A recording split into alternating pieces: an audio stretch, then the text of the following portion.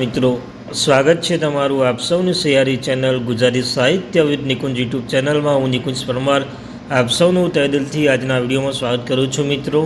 તો આજના વિડીયોમાં વાત કરવાના છે ગુજરાત રાજ્યના પેન્શન ધારકો બાબતે પેન્શનરો અને સરકારી કર્મચારીઓના પગાર પેન્શનને લઈને તેના ભથ્થાને લઈને આજ તારીખ 26/7/2024ના રોજ આવી મોટી અપડેટ તે શું છે સંપૂર્ણ ચર્ચા આજના વિડીયોમાં કરવાના છીએ।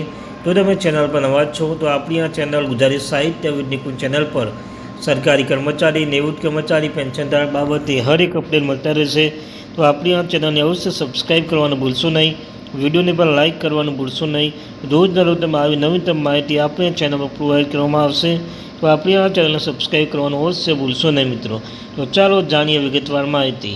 तो सौप्रथम बात करिए कि केन्द्र सरकारे 3 नवेम्बर 2025 रोज 8મા કેન્દ્રીય પગાર પંચના બંધારણની ઔપચારિક રીતે મંજૂરી આપી હતી, જેમાં આશરે 55 લાખ સેવારત કર્મચારી અને 69 લાખ પેન્શનો માટે પગાર પેન્શન ભથ્થા સેવાની શરતો અને અન્ય લાભોની સમીક્ષા અને ભલામણ કરવા માટે સંદર્ભ હેઠળ એટલે કે TOR સત્તાઓ જાહેર કરવામાં આવી હતી। તમે જાણો છો મિત્રો, 3 નવેમ્બર 2025ના રોજ જે 8મા પગાર પંચની ઔપચારિક રીતે મંજૂરી આપી હતી। આ 8મા પગાર પંચને લઈને જે આશરે 55 લાખ સેવારત કર્મચારી અને 69 લાખ જે પેન્શન ધારકોને પેન્શન ભથ્થા અને સેવાની શરતોમાં સમીક્ષા કરવામાં આવશે અને TOR સત્તાઓ જાહેર કરવામાં આવી છે મિત્રો। જ્યારે હાલમાં કેન્દ્રીય પગાર પંચ રાજ્યો કેન્દ્રશાસિત પ્રદેશોમાં તેની પ્રાદેશિક પરામર્શનું આયોજન ચાલુ રાખે છે અને આગામી બેઠકો દિલ્હી હોય, ચેન્નાઈ, પાંડુચેરીમાં સુનિશ્ચિત થયેલી છે મિત્રો। ત્યારબાદ જોઈ લો કઈ તારીખે શું છે। તો દિલ્હીમાં 7 અને 10 ઓગસ્ટ 2026 નિમણૂકની અંતિમ તારીખ છે 31 જુલાઈ। ચેન્નાઈમાં 7 થી 8 સપ્ટેમ્બર 2026 નિમણૂકની અંતિમ તારીખ 18 ઓગસ્ટ। પાંડુચેરીમાં 9 સપ્ટેમ્બરથી 2026 નિમણૂક તારીખ છે 18 ઓગસ્ટ મિત્રો।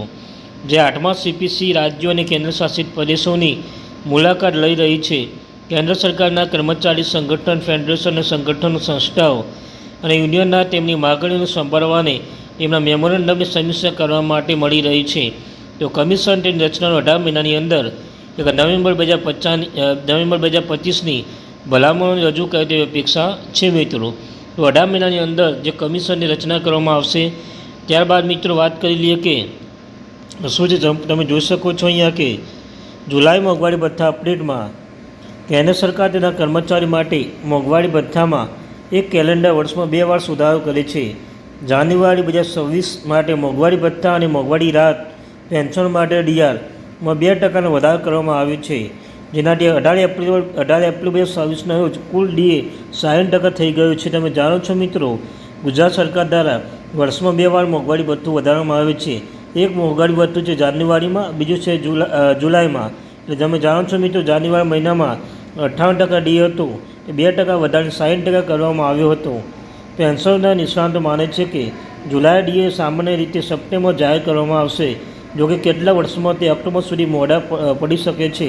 કેન્દ્ર સરકારના કર્મચારી માટે જુલાઈ 2026માં DA દર બ્યુરો દ્વારા જાહેર કરાયેલા મે-જૂન 2026ના ERCP ડેટા પર આધારિત રહે છે મિત્રો।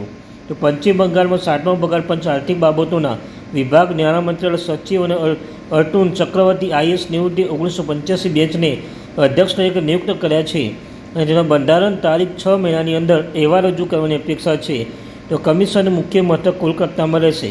જ્યારે અંતમાં વાત કરી લઈએ કે તાજેતરમાં બંગાળ સરકારે મોંઘવારી ભથ્થા અને મોંઘવારી રાહતમાં 20%નો વધારો જાહેર કર્યો છે, જેનાથી પશ્ચિમ બંગાળ રાજ્ય સરકારની કર્મચારી અને પેન્શન માટે DA અને DR કુલ વધારો મૂળ પગારને 38% જેટલો વધી ગયો છે મિત્રો।